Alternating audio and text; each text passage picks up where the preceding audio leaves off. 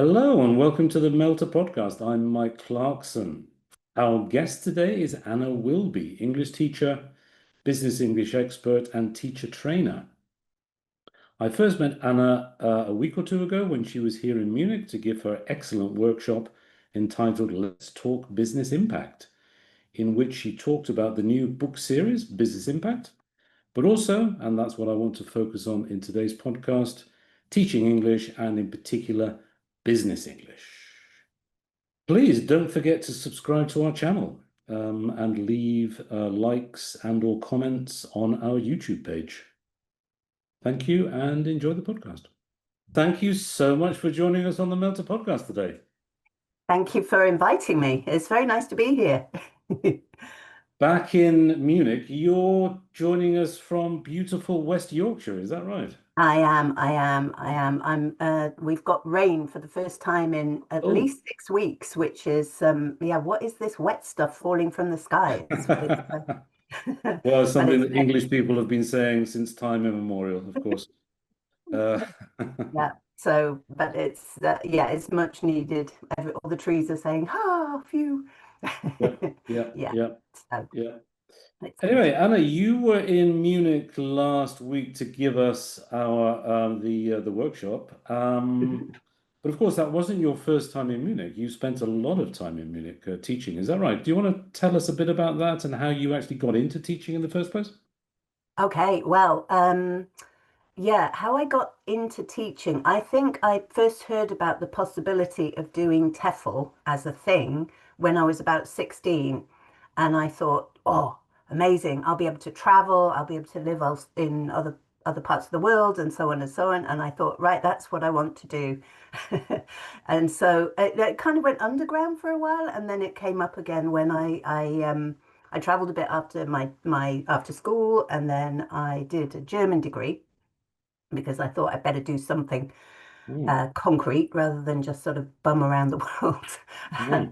And I went to Vienna for my year abroad and met someone, and then we went back, finished my degree, and then I said, right, okay. He wanted to study in Munich, and so I did a TEFL course and got myself ready to go, and then got a job freelancing basically in Munich. So you So started from the beginning as a freelancer teaching business English or general English? How did that start? it was actually with the Business English School. So I Right, I was straight in there with Business English, right, which right. was yeah, interesting Mhm. Yeah, at the time. But I stuck with it basically. So I right, stuck with right, that area right, right, right. in the end. Yeah. Just you said you had a degree in German, German language or German literature or both or It was both. Yeah. right, So it was the sort of traditional German degree right. type thing Did it we did actually at that help you time. to, did it actually help you when you arrived in Vienna, when you arrived in Germany? Did it actually help? I mean, you were able to speak German from day one, yes, or not? Well, there's a big difference between degree. Even, I mean, I thought, okay, I had an A at A level, so I thought, wow, fantastic, I'll be able to speak. I got there, and of course, it was a very different matter. Yeah. So, the academic study of a language is very different from the reality, especially if you go somewhere where they speak maybe a different dialect. So my Mhm. first encounter was Yeah. in Switzerland, Right. where I did a season in a hotel, and I could not understand a single word Right. because it was Schweizerdeutsch, of course. So it Oh, was right. very different matter. So Right. yeah. So yes, I learned to speak with my boyfriend's mother over Mm. many bottles of wine. At first, I couldn't understand her, but in the end, I started speaking like her with a Viennese accent, which was interesting. But it was, I mean, that's a Did that really mean that you interesting. needed a bottle of wine with you every time you spoke German, or Yes, it was kind of Pavlov's dogs. yeah, I start to speak German whenever I drink wine. No, it was just useful yeah, for yeah. for the sort of yeah connection, let's say. Anyway, so So you're yeah. in Munich and you started from day one teaching business English. I mean, has Hmm. just looking back on those days, I mean, has the teaching of business English or English teaching in general changed much in those years, would you say? Since I started, Mm. I would say, well, I would say massively because, especially because of technology. Mhm. So there's an awful lot of, I mean, just the way the mode of delivery is different. I teach business English these days after a bit of a break. So when I came back to Yorkshire, I stopped for a while, but now I teach a little bit these days online. So Mm. Mm. it's a Mm. different kettle of fish to teaching, especially groups, Yes. to teaching in person. Right. So Right. that's a big thing. So from the teaching, what you do Mhm. with your teaching point of Mhm. view, it's different, but also where you can access materials and how you can make materials. Of Yeah. course, AI is a big thing, Yeah. for helping create materials if that's what you Absolutely. want to do, and so on, Absolutely. and Yeah. accessing students' own information Yeah. and Yeah. so on. Yeah. So, mm, Yeah, we can talk a bit about AI because obviously it's a massive thing. We can talk about that a bit later. mhm. Um, just when you first started, then were you teaching business English kind of in company, or was it a school where students would come to the school, or how did that work? Well, it was a combination. They had a lot of in-company programs, big Mhm. in-company programs. So those were the days when there was lots of money. Yeah. Huh. People used to go home at 12 o'clock on a Friday. Wow. It was there were massive invitations for the Oktoberfest where the whole company would go, and so on. It's not like that anymore. That's also changed a lot. Yeah. But yeah, big in-company programs where a lot of students would be learning English. We had one at a famous insurance company, which we used to do 7:30 to That's 9:15. Allianz, isn't it? Oh yeah, It absolutely. is because I was in exactly the same position. When I first arrived, they told me my starting time was 7:30. I thought, PM? Yeah, No, in the morning. What? I Where know, have I I know. come? Yeah, exactly. It was outrageous, but it Yeah. was a way. It was a sort of foot soldier. It was a way of cutting our teeth. Yeah. And we had fairly strict, fairly well set times of day certainly, and then term sort of semester type arrangements and 10-week courses and so on. So it was all fairly structured, Mm, mm. which was quite helpful. And then, but yeah, what you did in the meantime, it depended a lot, but also it depended on, the teacher and the students. Yeah. But also we Yeah. did intensive courses where students would come to the school for a week Yeah. maybe, or we did All right. seminars and so on. So, it was the range, one-to-one courses, obviously, either in Yeah. company or in the school. So it was a big range it was a full sort of range of typical business English course types. I seem to remember, I don't know if it was the same for you, that we were kind of told that we had to use a particular business English book for the course, for the courses. Did that happen with you too? I don't remember that. I don't think we did. We had a Okay. sort of range of business Mm, English course books that we could mm. use. Yeah. But the school was very interesting. At the time, they had an excellent pedagogical unit, and they created. Well, they also had a big emphasis on teacher training. So that was incredibly helpful. So we were encouraged to create our own courses based on the students' needs, Mm.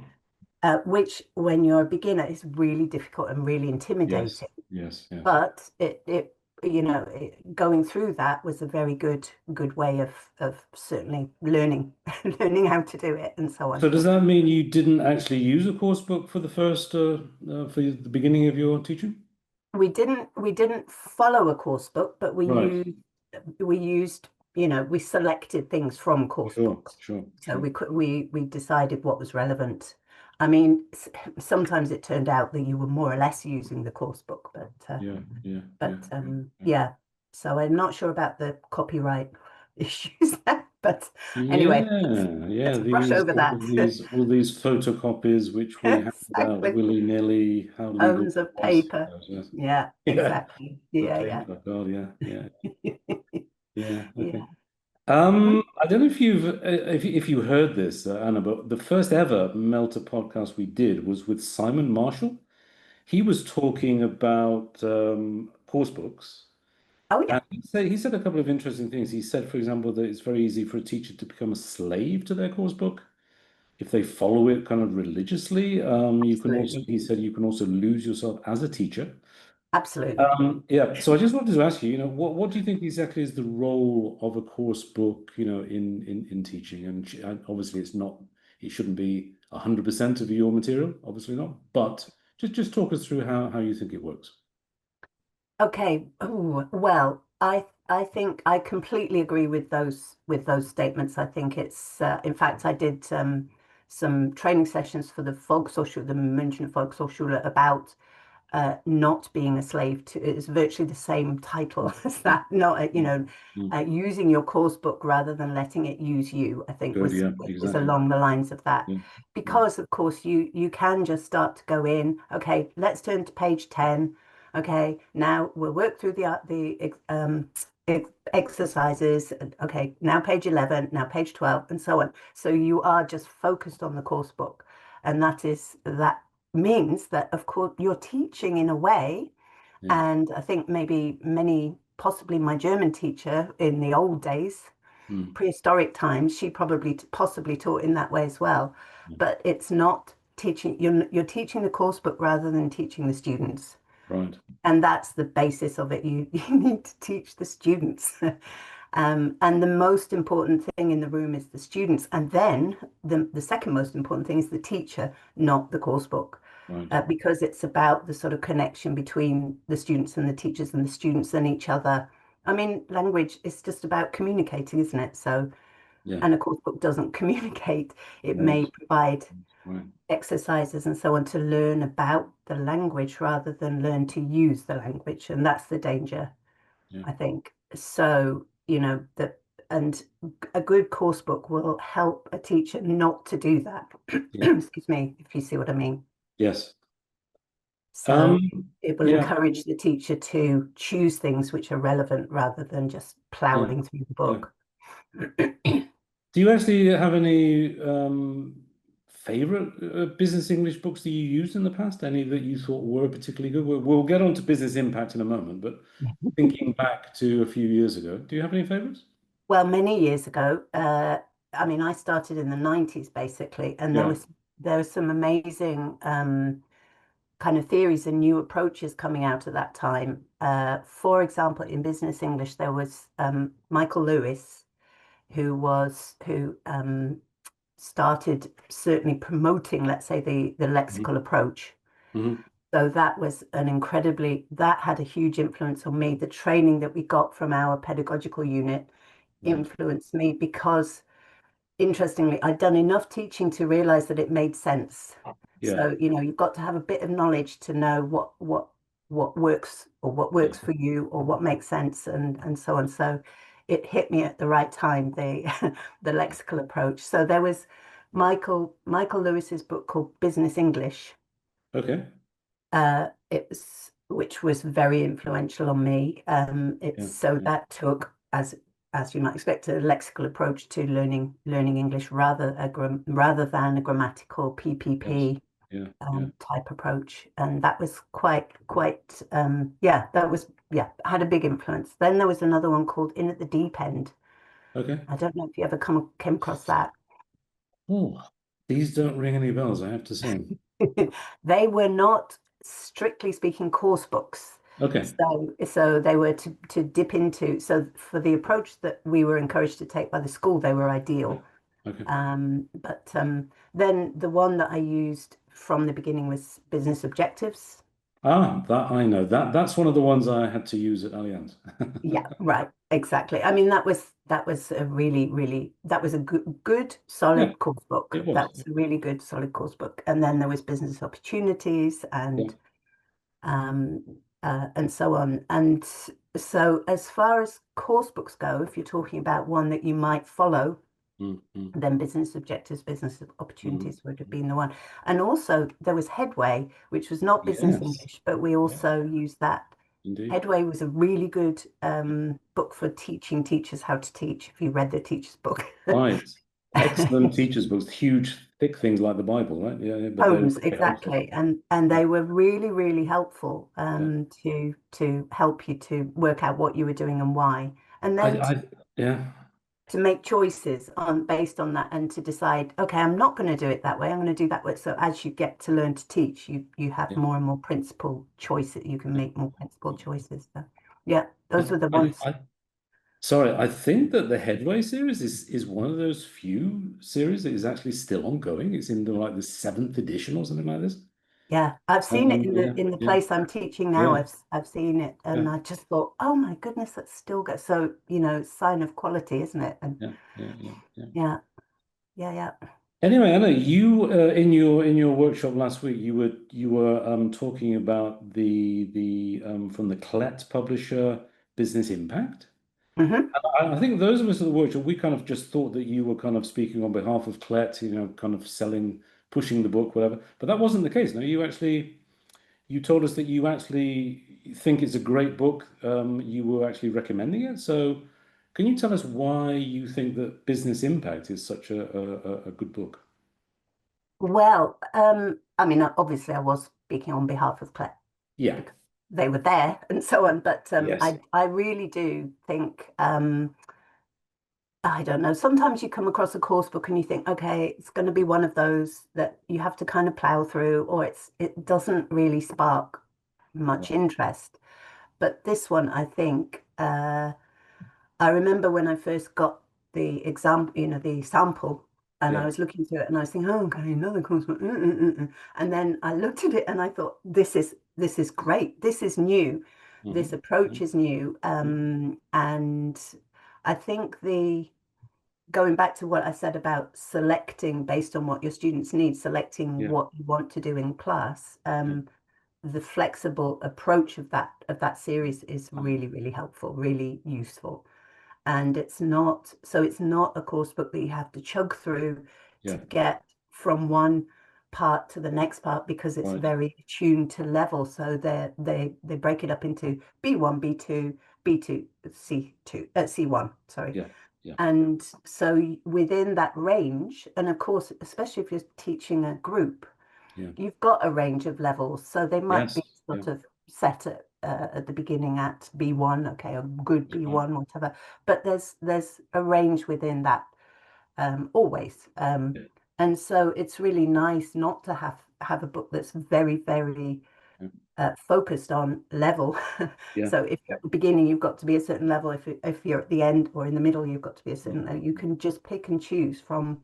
from that range of level, Yes. which I think is great.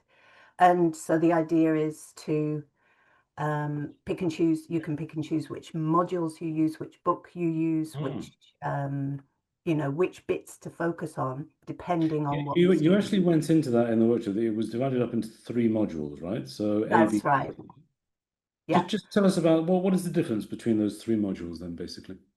Well, the first module is focusing on what they call it personal encounters. So Yeah. it's on, and this is something which I also think is Mm, fantastic mm, because business is about mm. personal connection.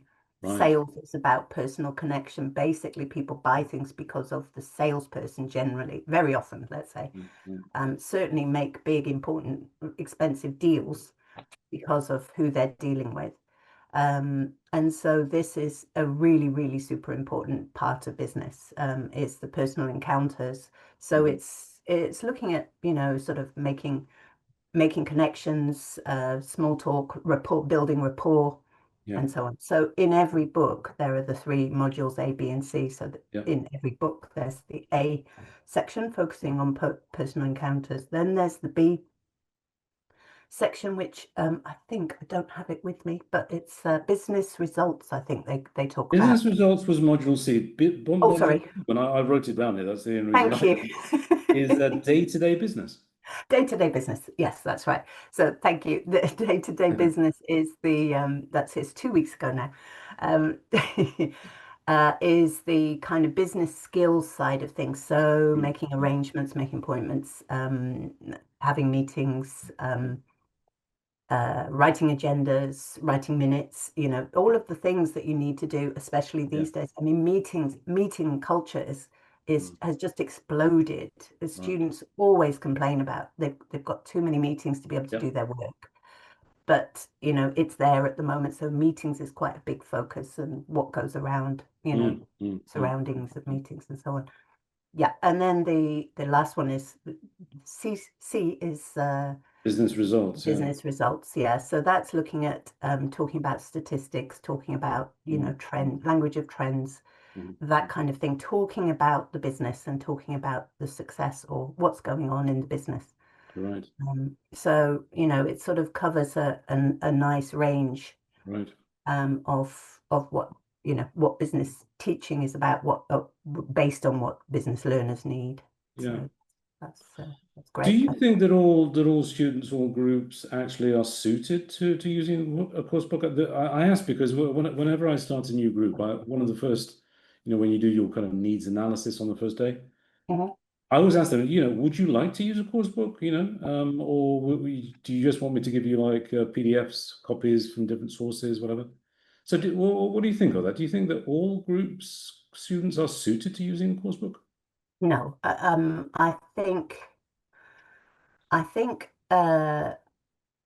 for example, one-to-one students Hmm. at a high level, Mm. I wouldn't use a course book with. I might, I mean, if I ask, I tend to not ask them and just make my own executive decision about how I'm Sure, going to run the course, if you see what I sure. mean. But some people like the security of a course book, of having a book or having set Mm. material and the sense that they are following something. For Because Germans, that famous red thread that yes, they're going on absolutely, about, right? exactly. So the red thread and Yes. so on. And so if somebody really wanted one, then I would say, yes, you can use it. And you can, that's the good thing. Sorry, this is not a sales pitch, but this is the good thing about Business Impact, Mm, that you mm, can mm, dip. The book allows you to dip, so it's not mm. a progression as such. It's a dipping book Yeah, within levels, with all of the good things that are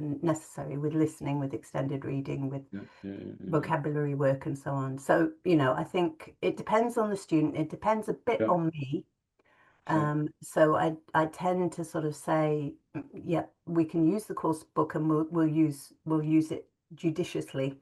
Yeah, And I'll supplement it with other things which are totally relevant to you. And that would go for a group as well, I think, probably. But yeah, yeah, I yeah, think with groups it's maybe more relevant because you've got more variables. yeah, It's more maybe helpful to have something to keep everything together. yeah, yeah, You yeah. know what I mean? Good. So, Yeah, yeah. but with a high Okay, level one-to-one, I'd yeah, I'd use okay. them. Yeah. Right. Just before we get into a bit more related to that, I just wanted to go back to one thing I wanted to ask you before we go any further. Just give us a kind of definition. What is your understanding of actually the difference between business and general English? Good point. It's a good question, and I asked that question in the session just to see what people Yeah. said. Actually, in a way, the only difference I would say is context. Okay. So general English, or maybe the student expectation as well, or Right. student need, let's say. Yeah. So, but I would approach a general English course, which I teach now. I teach ESOL, which actually has its own needs and so on Mm, inbuilt. But mm, mm, I would approach that in the same way. I'd find out why the students are there, what they want, what they're yeah. looking for, what they need to practice, what they want to practice, and so on. So Yeah. take it from there, and so it's the same approach as a teacher, but the context is different. Okay. And very, so you'll have different, so the business context is Mm, big.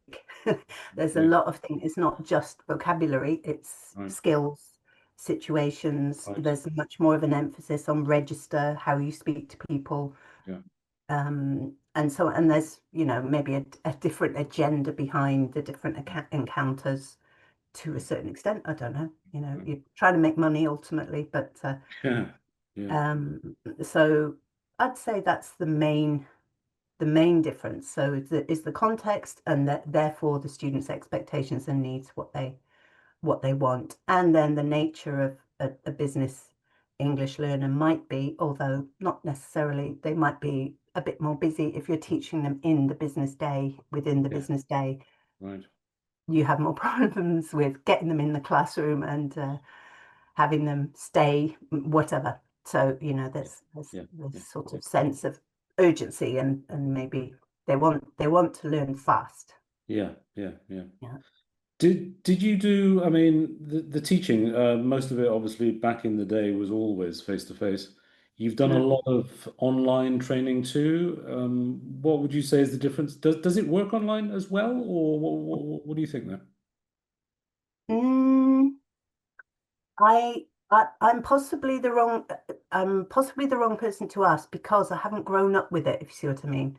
So I think possibly a newer teacher who is Mm, mm, integrate who's learning to teach right, through teaching online right. will be better at it than me in some Yeah, ways, or more enthusiastic about it than me in some ways. I yeah, do enjoy teaching one-to-one online, and I think there are things also with groups, there are things you can do that you can't do as easily or as effectively or as quickly, yeah, i.e. quickly going onto Google to look something up mm, altogether, or getting them to do it, or finding a video, putting up the TED Talks yeah, um, menu, let's say, and having yeah, them find something and switching, so all of that is really nice and really quick, and right, you can get them to be autonomous right, very quickly in the technological way, if you see what I mean, right, right, right. technologically, by teaching online. So, or getting Yeah, them to yeah, do things yeah, yeah, online. So that's a big thing. yeah, However, I do like to be in the same room with people, yeah, yeah, ultimately. yeah. It is a very different feel. It's a very, very different feel. Yes, And yeah, yeah, I think the more I do it, the more I get used to it. And then yeah, you yeah. find things that you can do more easily. But, I doing think one of the thing as well is that when you look at the modern business world, when you look at how students actually use English, they're actually online all the time. exactly. They're not actually having face-to-face meetings themselves. Yeah. So actually teach them to do the classes online is Yeah. maybe even more helpful than it would be if you're sat in the same room as them. I don't know. Exactly, exactly. So Mm. that it makes it more authentic to what they Mm. do. I mean, they don't even really use the phone much anymore. They have Oh chats. God, no. Yeah, They yeah, yeah. use Teams. They use whatever. They'll use Mm. Mm. they'll Mm. just have a chat type thing going Mm. on. And Mm. so, as you say, it's maybe more relevant to them to do Yeah, online teaching. yeah, yeah. But my heart is with in-person teaching and also Yeah. teacher training. It was such a pleasure to be in Munich, Right. not just because I was in Munich, but to be Mm. in a room with people. And you Yeah, just have this, yeah, you have a stronger connection. You can yeah, bounce things off. You can get so yeah. much more information from seeing people, that not just their heads, um, Yes. Yeah, than otherwise you can sort of gauge the level of energy and so on in the room, which is yeah. much easier to do if you're there. Absolutely. So, Yeah, yeah, yeah. yeah, yeah. Okay, and I just wanted to move on now a bit to, we've already touched on it, but just maybe in a bit more detail about your own personal kind of way of teaching. Would you say that you have a particular style or method yourself? Mm, I would find it difficult to say I have a method. I have Hmm. an approach, let's say. Hmm. Hmm. Hmm. So it's not it again, the word flexible would be Hmm. relevant. Hmm. I'm very prepared to go in with a bit of with an idea of, so I don't tend to teach business people with a lesson plan. I'll Right. go in with ideas. Okay, we could do Hmm. this and we Hmm. could do that, but maybe it'll work out differently. Maybe they've Right. got somebody in the group's got a presentation Yeah. suddenly that they need to do, or they're bringing an email, Right. or they're bringing something themselves. And I think that is really, really important. So the basis of it is that the students should be as autonomous as possible because then Yeah. they're engaged and they will Right. learn better. Right. So Right. that's my approach. And then I'll deal with what comes up. And Hmm. that Hmm. is, Hmm. that's something that comes out of Yeah. experience, of course, Right. Right. and having the confidence to do that and to know that it's going to work out and you have enough in your Yeah. repertoire to be able to Yes. exploit the vocabulary to think of something else if it all dries up, whatever it, all of those things. Yeah. Um, so yeah, that's how I teach. Or that's my approach. Is also obviously based on what they need. So I'll Right. have. And that, yeah, I mean, that draws us in very nicely to, I'm going to throw a quote, something you said yourself. Oh goodness. You said, and I'm quoting here, use the student as a resource. Hmm. Just explain that a little bit. Okay, so I've already mentioned, if they bring something in, Yeah. so that is using their material. Yeah. It could be an email, could be a report, something they have to prepare, whatever. So it's that kind of thing. It could be something they have to rehearse. So just practicing things with them. It could be also just, as I say, things that come up suddenly Yeah. um, in the lesson that become interesting, maybe also linguistically. Mm, So you might notice that there's an awful lot of idiomatic language in there, whatever they brought. mm, So you deal with the idiomatic language right.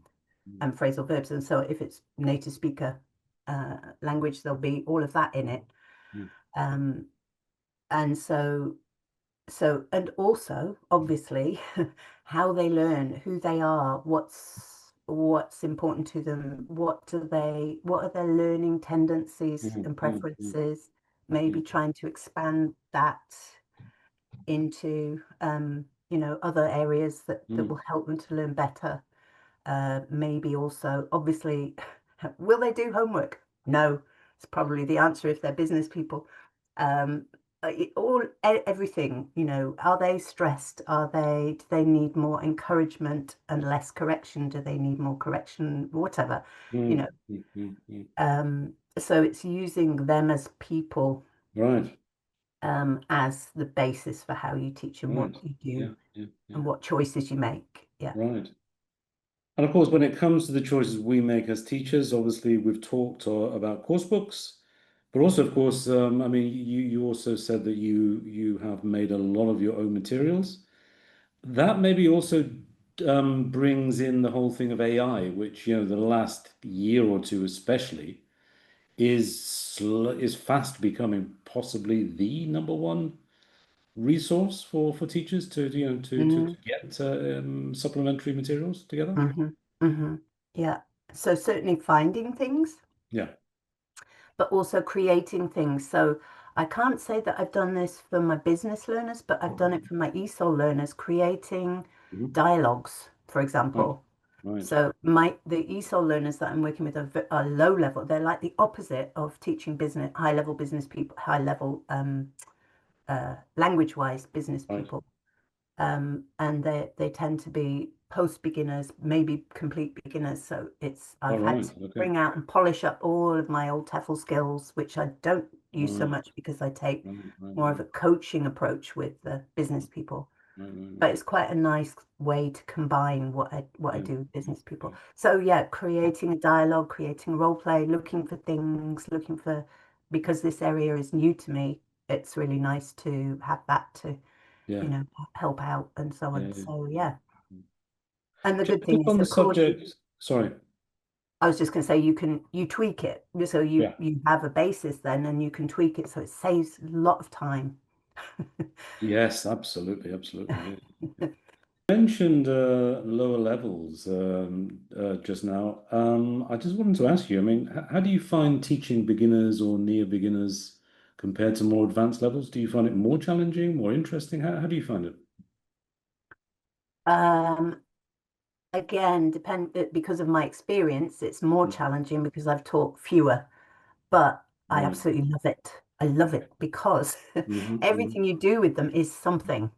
Right. So there's no jadedness there. Right. Depending on the learner, maybe there is, but Mm, mostly there, and especially in the yeah. ESOL situation, it's very Right. clear what context they need and so on. So it's really great. Um, and also, yeah, from that point of view, also learning about different cultures, very, very interesting from my point of Right. view. Right. Right. Right. Right. Right. Yeah. Hmm. Just one thing that I wanted to ask you. This whole thing that's been going on for a long time now, this whole debate about the type of English that we should be teaching our students, whether it's the so-called global English that kind of the whole world understands, or whether we should be pushing them to speak more like us, native speakers? What's your view on that? I think native speakers can be incredibly difficult to understand, Mm, and actually the worst people to learn English from if they're not mm, aware mm, of how difficult it is, mm, mainly from the point of view of idiomatic language, as I said before, but also the cultural side. For example, Brits, mm, as I discovered when I came back here, I knew it, but I didn't remember really how vague the mm, language is. mm, So that whole cultural side of communication, which is, mm, how people speak, what the content. It's so Brits are very vague, mm, indirect, mm, tend to be polite, and yeah, so if they're not, it's quite important to know what's going on. right. Whereas for Germans, they tend to be more direct. You know where you are, Yeah, straightforward. Whereas that would come across as rude in Britain. So yeah, not the case so much in America or right, Australia. They tend to be right. a bit more. So, it's all, Yeah, if we're going to say native speaker English, what do we mean? Which yeah, one? There's yeah, so exactly. many, so Right. many varieties and so on. So I just teach English. Yes. And obviously they're learning from me. Yeah, So they might be learning my accent, but it's really interesting to see how my beginner level yeah. um, learners have Yorkshire accents. So they're coming They're all, back they're and all saying saying they're all saying last, not they're last. Yes. saying they're saying bus, Yeah. cup, Right. Which a lot of that. teachers would actually correct them on. No, absolutely not, because that's how people speak around here, and it Yeah. shows that Yeah. they're Yeah. learning. The whole thing about that depressing thing for teachers about how students will acquire language automatically if they're out in the field, if you see what I mean. Yeah. So you have your business students who'll go away on a business trip for a week or 2 weeks, they miss two lessons, and you think, oh, they'll be so behind. They're actually come back and they're ahead of Mhm. the other students because they've been speaking and Yeah. using the language. Yeah. And Yeah. so it's a bit depressing for us, but Mm, mm, that's how it is. So yeah, which do I teach my boring RP and insist on my boring RP accent, which is great for students to understand, so it's yeah. it's very Yeah. clear, Yeah. Yeah. but they need to understand what they're hearing Yeah. basically. Yeah. So Although I think most students around the world would understand bus better than bus. yeah, well, exactly. They think it was spelt with an A, Yeah. not a U. Yeah. Yeah. Exactly. So yeah, So yeah, Northern English, Northern British English should be the new global English, right? should be, yeah, yeah. I think that ultimately, yes. Then I'll have to change my accent, but that's fine. Yeah. One last thing before we wrap up, and I just wanted to, because you're not only a teacher, obviously you've got a lot of experience with coaching, facilitating, teacher training. You've been a director of studies. I just want you to talk about that for a little bit and how it differs from, the experience of being teaching English as a teacher and being on the other side of the table, as it were. Okay. Have you got another hour? We could talk about all Oh, of that okay. then. Well, a bit less if you don't mind. No. Well, being a pedagogical manager and Mm, and being involved in teacher mm, training mhm, is one of the best ways that I learned to teach as well. mm, mm, It was partly because I was so busy. I was doing that job, but also part of the job was teaching. So I had to quite often it really forced me to use the student as a resource because I didn't have too much time to do a lot of preparation and so on. But it turned out that the lessons were really, really effective. So I had both hats on and I was mm, evaluating, is mhm, this just mhm, blagging it? mm, mm, No, actually, the students really involved and really engaged and coming up with really good stuff and so on. mm. And so that was one aspect of it, but also teacher training, it forces you to really look into Right, what you're training on. So if it's right. listening skills, how do listening skills work? How do reading skills, how do business skills work? All of that stuff. So Yeah, yeah, it was very, very, it was really good for my own teaching, but hopefully yeah. also for other teachers. Okay, good. And so that was the, yeah, director of studies thing. and also evaluating materials. That was a big part of, okay, which course book do we get? Yeah. What do we put on our shelf in the teacher's room and so on? So that was another aspect of that is useful these days for working with people like Claire. Right. So, and then the coaching thing kind of seemed like a logical progression from, because of the very other person focused approach that I take to teaching, asking lots of questions, getting people to speak for a different reason. That was that kind of came out of that. So I became interested in maybe kind of moving into that area. The big difference is that I'm in a teaching position that I'm in. I'm the expert on the language always, because I'm a native speaker. I'm an expert on my area of the language, but not as a coach. So you have to learn to switch that off, that kind of teaching, guiding too much, because the approach is very, very different. But then the facilitating side of things, if you're facilitating groups, obviously there's a lot of transferable skills from teacher training and teaching, dealing with group dynamics, dealing with conflict, whatever it is, coming up with a plan for what you're going to do, asking what their aims are, and so on. So there's a lot of transferable skills. It's a different context, and with coaching, it's a very different. Well, with both of them, it's a different approach, because I'm not giving my input on as any kind of expert. Right. I'm just facilitating the process and asking lots of questions. Good questions is the basis of it. Yeah. Anna, I think that's a great time great place to wrap up. That was really interesting. Thank you so much. I'm relieved. Well, Thank you. It was really fun. Anyway, So thanks, Anna, and you have a great day. Enjoy your weekend, and you see too. you around. You take care now. You too. Bye bye, Thanks. Anna. Bye bye. Bye.